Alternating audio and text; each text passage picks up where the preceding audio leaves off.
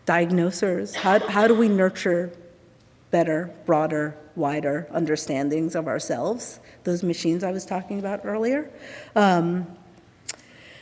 Yeah, that becomes important. A few kind of playthings just for fun that it's said over time. I don't know that you can see, I love dark on dark, so sorry. But we need to evolve to that plane, that level where we're not ashamed to say I love you. Love that one.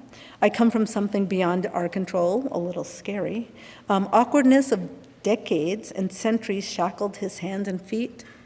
Don't quite know where that one came from, but interesting. And I'm a little confused.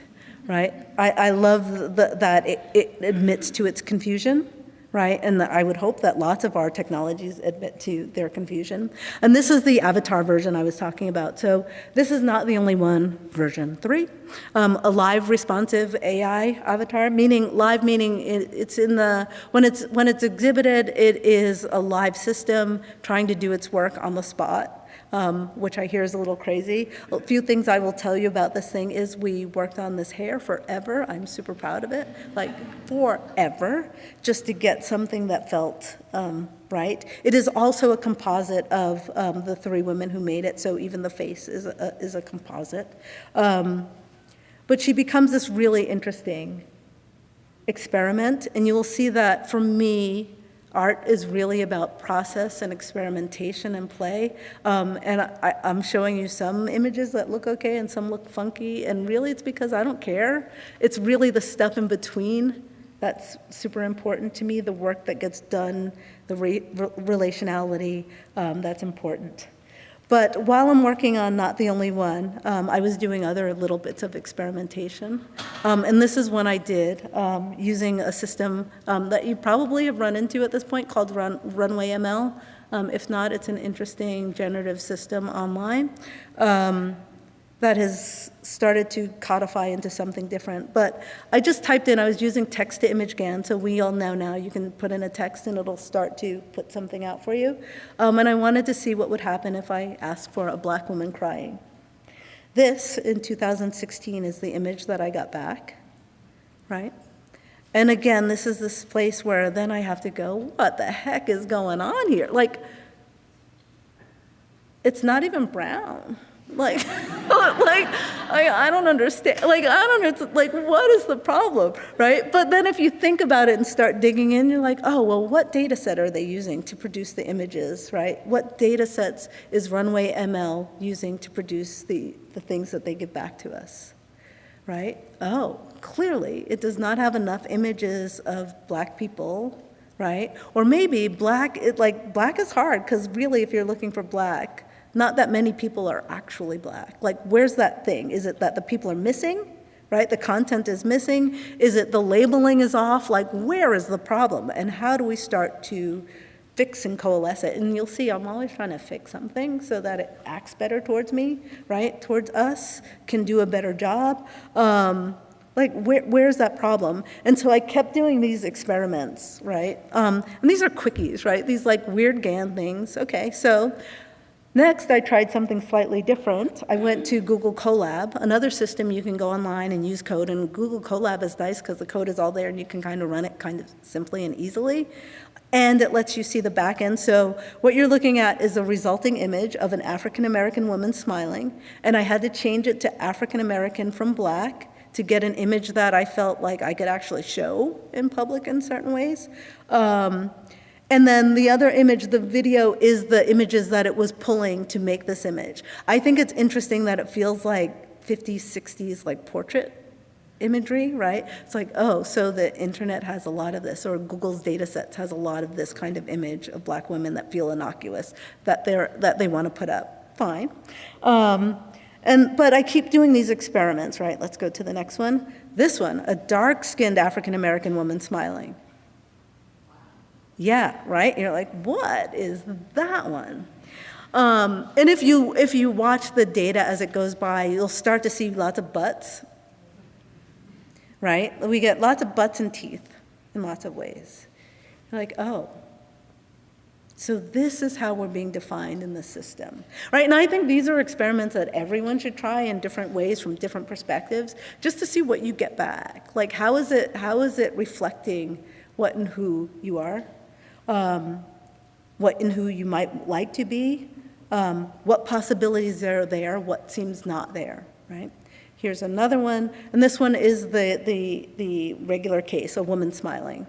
So even this, right, like the idea of woman, like I'm fascinated by this conception of a woman smiling. Like, what is that? And again, like what are the sources? Where are they coming from, and why? I have not thought through this one as well as I should, but fascinating to think about. Again, these are from 2018, right? So old. And then what? 2023. We've all used Dolly at this point for a minute, right? Okay, a black woman crying. I get 4 pretty beautiful images of black women crying. And then I go, is this a place I can rest? Like, do I finally just get to go, yeah, this is good, right? And I don't think so, right? Because I think the more seamless this stuff gets, the better it seems to be, the more we need to question where it's coming from and why, and the more we need to push it, because I think it'll get surreptitious about what it's doing, right?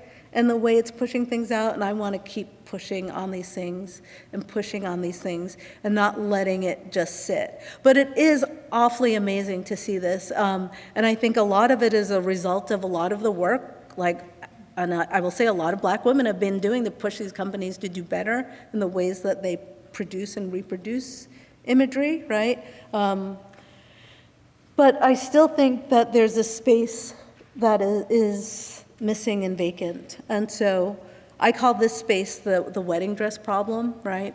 Like, these are 3 women in wedding dresses from around the globe. But if you Google wedding dress to this day, like, which one are you going to get? Right? And then, like, is that bad? Is that okay? And why wouldn't we have this broader definition of what's possible in terms of the definitions of stuff? I keep feeling that these systems are systems that want to homogenize us down into the lowest common denominator, and that's a sad state of affairs, right? So what do we do? Like, what do you do when you see something like pulling everything into an average blah, right? A boring. My solution is you try to give it something else, right? You try to push it to do other. You try to make it recognize the spaces that it could be operating in. And I will say that my modus operandi is, like, I make this stuff, and it's kind of weird. It sort of works, sort of doesn't work, but it has some traction and it's interesting. But it's also stuff that once you sit with researchers, they're like, oh, you're doing the same work I'm doing. And I'm not doing these things. And I get to go, well, why not? Like, why aren't you pushing your system to do something more? Right? And really what I think and what I'm looking for in the long run is care, right? And this is funny because whenever I ask, like, computer scientists who are deep in it, like, can these systems care? Should we be trying to? Like, we know we can do punitive. We do that pretty well as a country here. Can we do care? And they kind of giggle at me, right? But it's not unusual. I get giggled at a lot because they're like, what are you doing? Like, well, I'm gonna try to do it anyway. And so the next project I'm gonna show you, this is a project that I'm wrestling with, and where are we? Okay. I'm wrestling with a lot because it was a project, and I'm gonna say it was, a project that was trying to make data sets that helped expand the definitions of things and actually allowed anybody to start to define information in the way that they saw fit from a self-defined, intentional position, right? So if you know of a wedding dress that you think should be recognized as such, how could you label it? How could you make it part of this data set? And the piece is called Binary Calculations Are Inadequate to Assess Us. It was asking all of these questions of folks like, you know, well, what do we have to do? How do we inject other ideas? And really, it was trying to be a space and kind of what AI needs from you. This is what I was asking earlier. Here, we're going to go through these parts quickly. This is just how this piece showed up. It's a website, and the website is still up, but it's also an app. But the app is defunct, and I'm going to let it die, because I think that the world has changed so much that now, right, in 4 years, that now the question and the way we do this can be really, really done differently, and I'm trying to do it differently. But we were just asking people to define things, like how do you define care? If we are a society and we are working together, or we are trying to come to common ideas, like how do we define it? Can we use AI to help us understand what our thoughts are, instead of kind of bickering in our own corners and like fighting it out and not having any ideas or hearing what's going on? Like, could it parse that information for us? And I think it can. But in the end, this idea of what can we create systems of care and generosity is truly, truly the question at the end of it. And this is just an example of some of the things that I was hoping to get. Like, this is an okra pod. This is one of the things I submitted, right? And I submitted okra pods because I think okra is a time traveler, is a spaceship, has sustained us, right? It came over to Americas with people who were enslaved, right? It survives. It's like deep within this culture now, but it also kind of just keeps going through, even though most people are like, I don't like okra. Like, I'm not a big okra eater, but as an idea, I love okra. And I want to put that into a data set that holds that information in the way that we define who and what we are and why it's important to me and maybe us in particular. At the same time, we were trying to get people to consider what their privacy meant, because we're asking them, really in this app, we were saying, please donate your data so that we can build this data set. We were trying to build one for text, one for images, but also saying, well, don't do anything crazy. Don't give us anything too revealing, right? Be very careful, and half the time we talk people out of giving, right? Because it's like, well, then. And this is an interesting quandary of, how do we do this? How do we ask for your information? Try to give you the safeguards that say we're going to keep it safe and use it well, but we can't actually guarantee that once it gets out in the wild, right? But it's really important that you do, because if we don't, we're going to have these things that are such small definitions of who and what we are that it becomes hard to live within. So this is like this, like I'm twisted by this project in terms of why. Let's see if we can get rid of that. Okay, let's get out of here. Why and what it was. But it is a thing that seeded many other projects and thought processes. And so this is where I'm returning to a little bit of the Afro Now, because it totally seeded this. And I think when I think about the Afro Now, I'm not only thinking of Black people, I think this applies to all of us, right? And thinking about who and where we are. So Afro-Nowism is a willful practice that imagines the world as one needs it to be to support successful engagement today.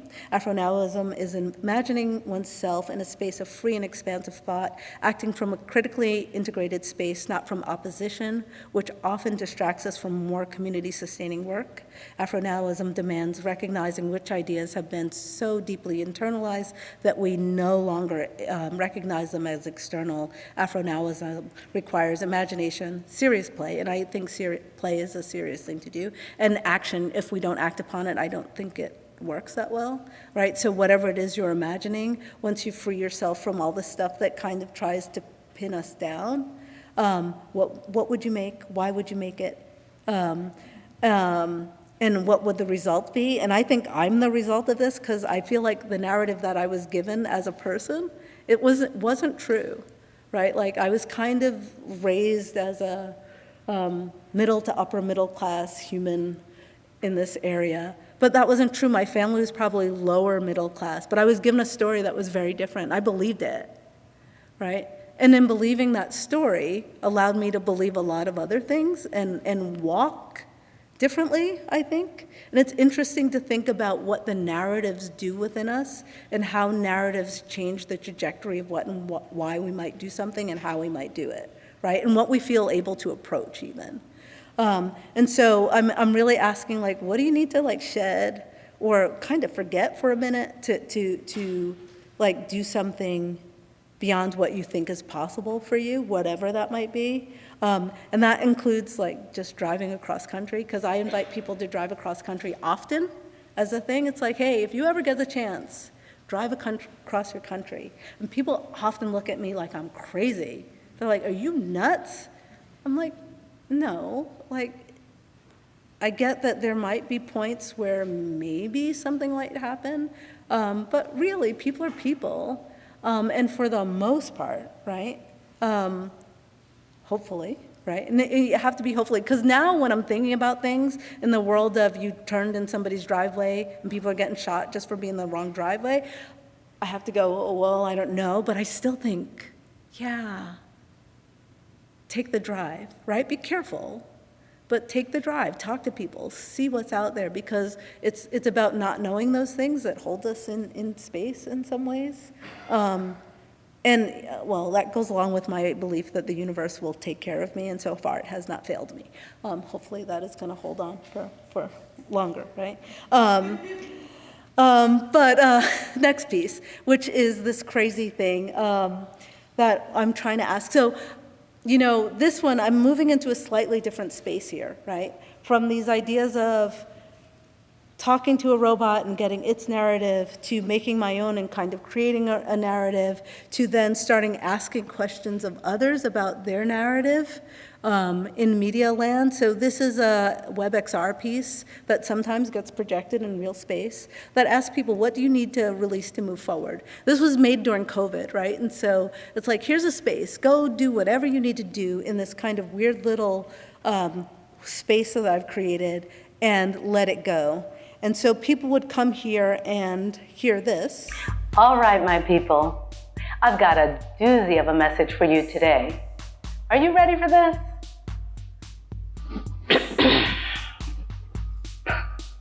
Liberation rests on the construction of a non-oppositional consciousness, unburdened by the need to continually challenge the fears, imaginative apprehension, oppression, and entanglements of others. And I'm going to let you guys, this is online, so it's at sayitaloud.com. You can go in, you can actually contribute. If you click, you can scream, like people would scream in there. They would say things like people unleashed in there. And it's kind of interesting because I used to leave it on, and it was this weird poetry that would kind of be in the background in my studio, just hearing people doing their thing. But trying to provide spaces where, you know, we give it up to go on. And as much as we need to. And I have to say that this piece, that piece was interesting to me because it was at Sundance as a paid piece, but all of my works at a WebXR, I try to make open for anybody on the back end, because I do not like paywalls, because when I did Project Al-Khwarizmi, those kids that I was working with, they had never seen VR. Right? And that floored me, because if you haven't seen it or engaged it, how do you make it? Right? And so I always want things to be open so that people can orient themselves and at least have an idea of what's going on in that space. And so this is another piece, also another WebXR piece come installation that was really complicated called Secret Garden. And Secret Garden is a space where you were surrounded by these women in space, Black women. And I think it's a litmus test in some ways, let's go back one, of listening to Black women. Because what you would do is go in this space and there were, if you stood still and listened, or if you stood with more people attentively, you would hear more stories. And the stories that were being told there were kind of these vignettes that some partially real, some that I made up, some that rode the line between real and not. For example, the woman in the purple in the middle, I imagined her journey across the ocean into slavery and what that meant. The woman with the markings, I call her future, and thinking about what it means to be a future. There's a story of the agrarian South and the idea of people leaving behind that knowledge, right? And I'm really about this, like, kind of mining the past, even past that we're not maybe proud of or taught to be proud of, like the idea of, like, imagine if we could coalesce all the knowledge that we had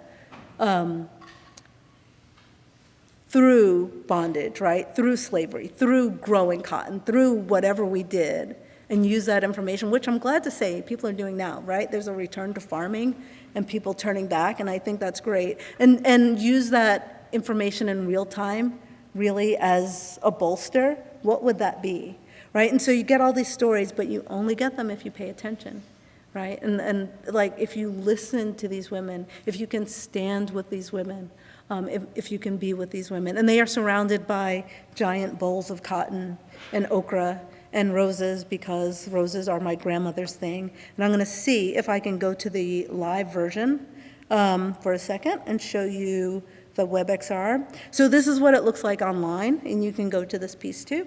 This is a piece, and let's see if we can get a little sound with this. Hold on one second. Where the sound that you hear is singing bowls, and it's a healing sound. But you come in here and you have to cruise through. And if there are multiple people, you would see little globes growing around, glowing, and here's one girl. And you come in here.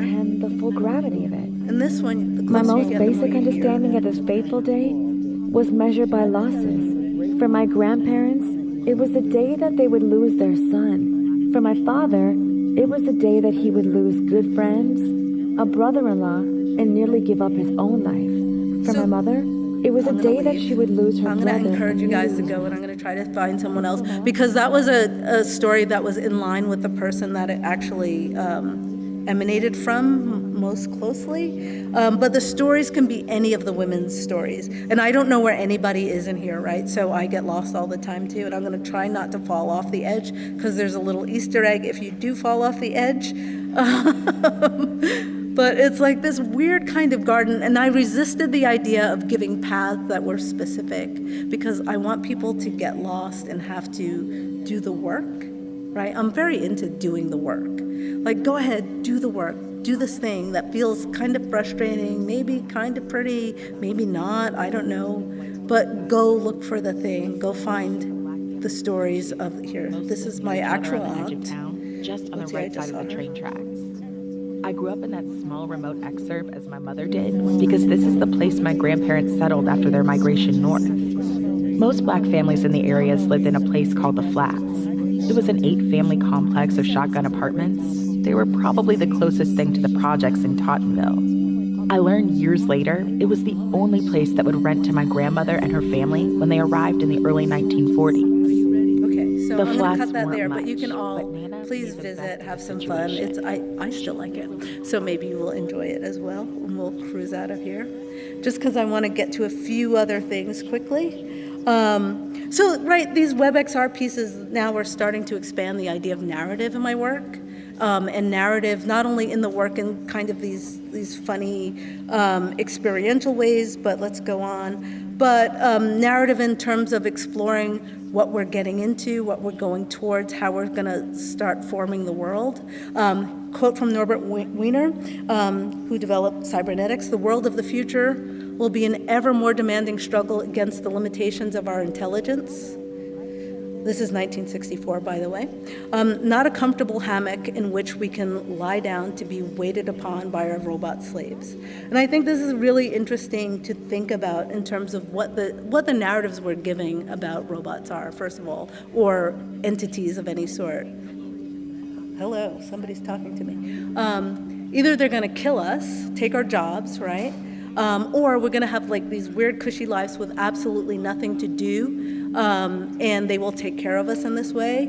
But really, if we think about it, we're headed towards a world where these technologies have at least more access to information than us and can access it quicker, right? Which makes them kind of faster and in some ways smarter than us. And then how do we contend and work with that? How do you deal with that, right? And I clearly, I'll go backwards, think that these are real things. And so the next thing that I've done is thinking about this project, which is not really a project yet at all, and you'll notice that I'm going to present some things that feel done, some things that don't. This is a piece that we just showed, and a few pieces I'm going to show you that we just demoed, we'll say, at the Guggenheim as pieces, as a culmination of this award. And this is the start of the stories we tell our machines, and it's trying to be a system that ask people about their cultural context. So kind of binary calculations, like what cultural context does AI need to know about to deal with you better, to understand you and your community? And I always try to say you and your communities better. What would help it? What would help grow it, nurture it better? And then not only take in that information, but show you what the machine thinks of you. So hold on, let's go one screen forward. So there are 3 screens. The first screen on the far end, what should AI know about us and our communities? Okay. And then the end screen is a screen where the image, because it's taking an image of the person standing at the microphone, and then the last screen is trying to show you what the machine thinks of you and tries to describe the person at the podium. And then make a picture of it. And this is all, again, live and really kind of weird and crazy. It's super slow and weird. And then the middle screen that's green is trying to do an image that includes that information along with some aesthetics that I have thrown in there and trained specifically the machine. And I think it needs, and this is the weird, like I didn't take these images, these were taken the night of the thing by someone else. So I'm like, what is this? I am a creative. Like, what is that image of someone? But then I do recognize the training that I did and the way that they're trying to depict that person again. And there's lots of work for me to do, or I'm going to say us, because it's not just me.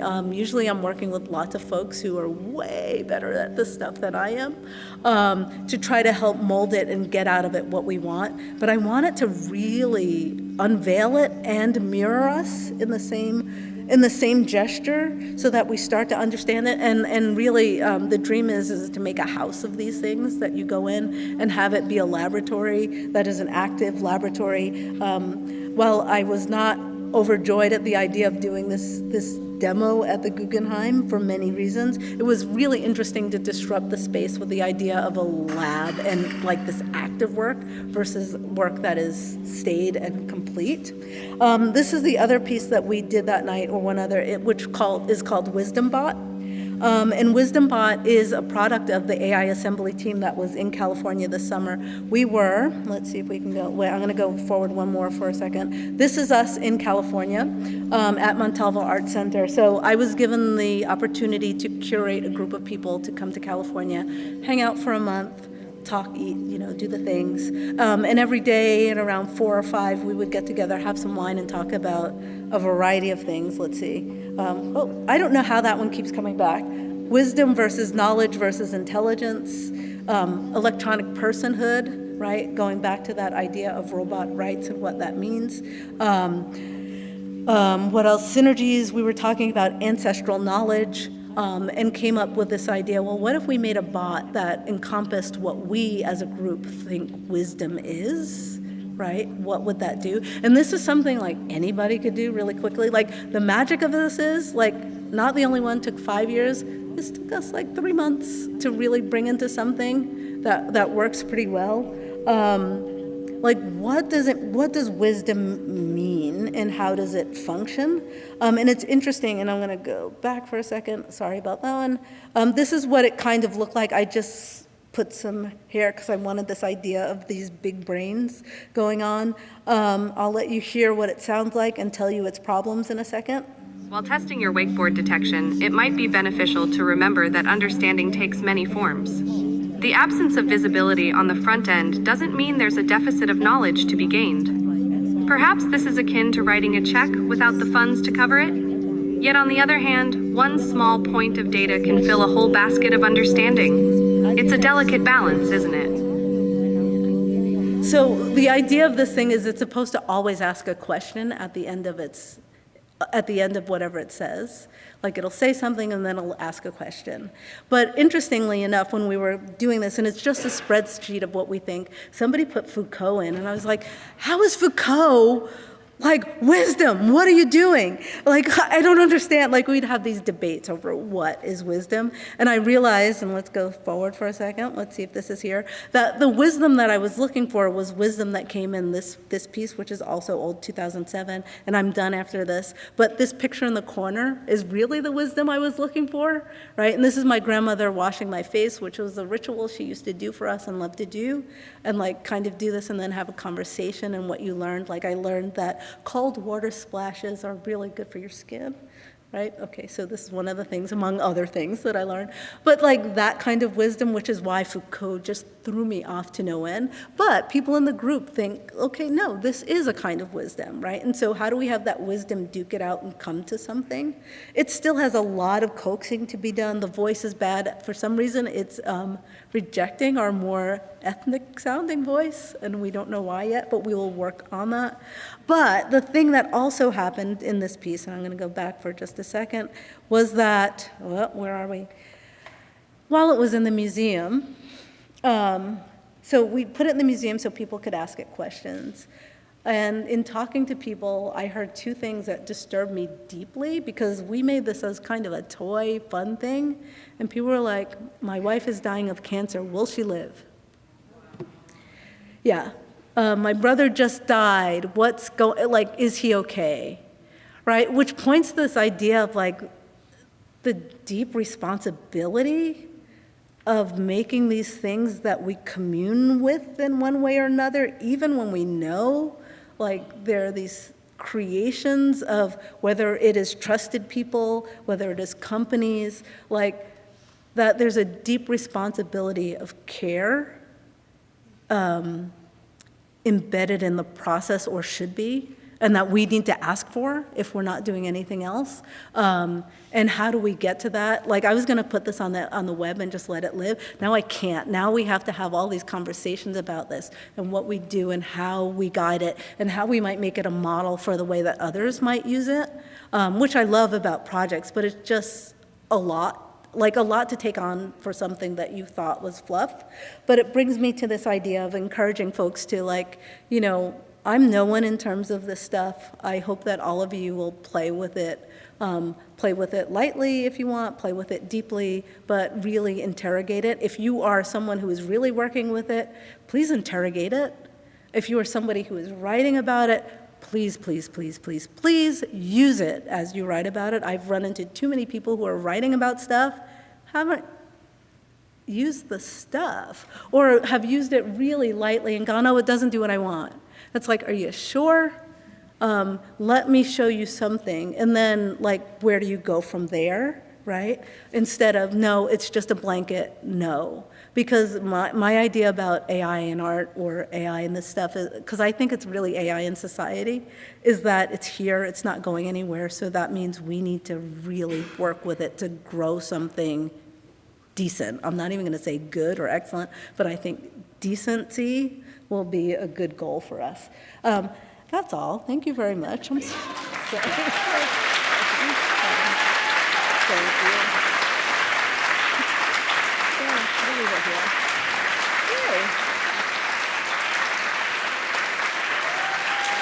you.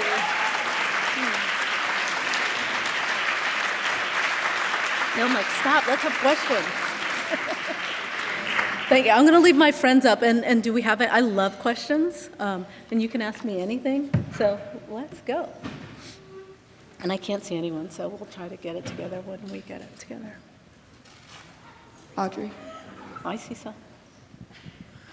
Hi. Hi. I'm Sephora. I'm also from Staten Island, so that's super cool. But while you were talking, I think what I was pondering on was the idea of like birthing, and this idea that, like, since we are the one who's putting in information into the system that is that reflects what we have in there, like, so it's like, in whose image are we, like, in whose image are we creating this thing in? Mm-hmm. You know, like with Dina 48, there was a person that they imitated, but I think what I was thinking about was, I don't know if this is very like abstract or whatever, but what I was thinking about is that, is this like an alternative to the idea of birthing, of creating so to speak, a child, where it's like you get to choose what you want to grow out of, what you want to fester, and what you want to sprout, and what you want to see as a reflection of you, even though it might not give you exactly the spitting image. But I think, to me, I don't know where the question is, but to me it seems it seems that this is an alternative to a child, where it's like there's less uncertainty, there's more, so to speak, certainty, because you're the one who's choosing the information that it reflects. So my question, I guess, is, in whose image are we creating this AI or this entity in as creatives, if we're not trying to imitate or trying to if we're not trying to imitate ourselves or our own history, like who, like, you know? Yep. I hear you, I think. So I'm gonna say, like, you know, my weird, like, crazy dream is that we all do this, right? But then they join in this kind of weird conglomerate of things that then meet, and, like, if we're thinking about AI and information being adversarial and meeting and kind of analyzing itself and going against each other, that it parses just to come up with something in between all of us, right? But I think that the specificity in areas is important. But I'll also say, you know, as much as you try to control it, although, you know, there are ways to control it if you limit it to do certain things, like it takes left turns. It just takes these turns that you're just like, I don't understand where and how this happened. In some ways, kind of like a kid in a weird way, right? But I'm always hopeful that, like, we could use, like, so if AI can use all the information, right, why doesn't it use all the information? And I think that's hyper simplistic, right? It's like, why doesn't it actually use all the information? So, for example, binary calculations, we tried to design it so that if we had to put it on a little flip phone, that I was imagining a Maasai out in the desert could answer those questions and contribute to whatever the overall idea is.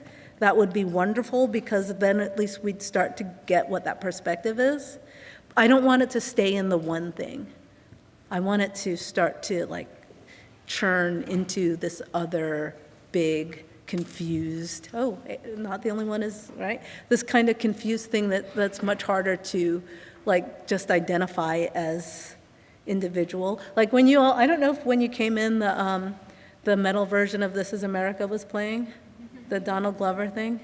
And one of the reasons I like that is because it's like this weird friction between what Donald Glover did and then the sound that is counter to it, but the anger is kind of the same. But we don't often see those in that way. And I want to see where the frictions start and where the commonalities come together. Try that one. I don't know. Hi. I cannot see. Elizabeth?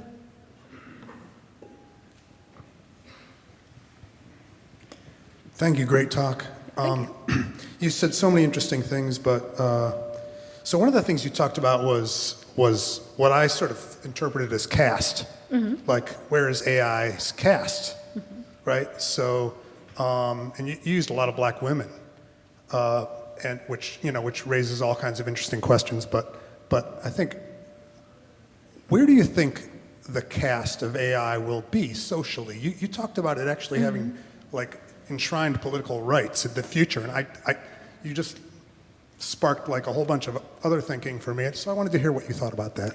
Yeah, that's a tough one. I mean, I think if we go in the way that we generally think, its caste will be of service, of servitude, and of kind of parsing, like high-level counter to that, right? Like parsing information in ways that we don't normally. So in the way that lawyers are now going, but wait, AI can kind of work through all this information quicker than I can and come to good conclusions. So I think it's multi-leveled. Like, I don't think it'll land in one place. I think generally we'll try to do that because that's what we do. We like things that do our bidding.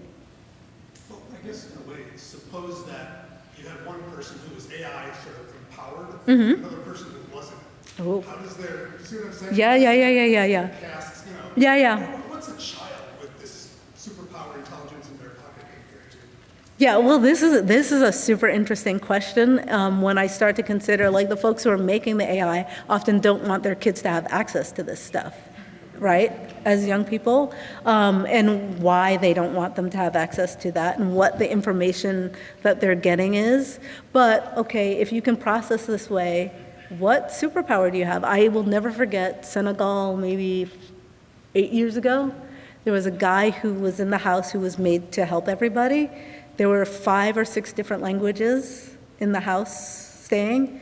Dude was using his Google Translate on a flip phone to work with us all, which was surely a superpower that allowed him to have that job, which allowed him to care for his family in a different way, right? So if you can figure out ways to use it to your advantage, I'm all for that, right? But I feel like there are gonna be these levels of this, like, and levels of opening, and the idea of levels of what's available and when it's available, because already the people who are working hard on this stuff is like, oh, you guys are working with Dolly, cute, because the thing coming down the road is way more powerful, faster, right? And while you're fighting against all this crap, we're developing the next world already, right? And if you're developing the next world already and lining your pockets, right?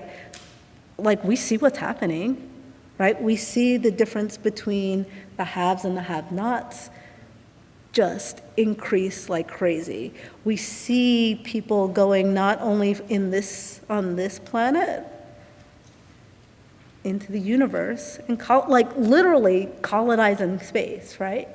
So now the question becomes because I think that's all of us, like, what do all of the rest of us have? What recourse do we have to try to bring this to some equilibrium? And I'm not sure at all, like, what we do, because it's out of hand. But my thought is, it's like, this is why I'm like,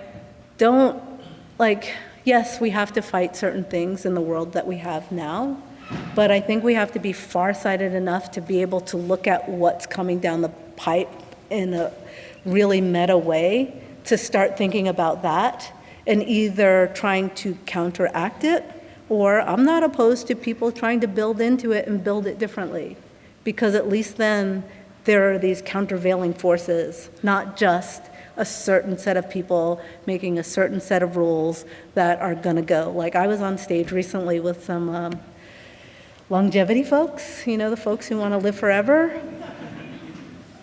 And like, the end, it was a panel about, this is the future of the world, and this is what we're gonna do. And dude is like, yeah, look, you're all here, you're all dying, you don't have to be. The room is full of people who paid over $25,000 to be in the room. What does that tell you, right? And that's why I think it's very much and I hate that I'm saying this, it's on us to keep our eye on this ball and try to work hard around what's going on. But this moment is so crazy because we have so many concerns that are right here, right? That are hard to deal with. And then we have these concerns that are just happening at levels that are just incredibly crazy. But I think we're gonna have to find ways to organize around researching and building, models that are different.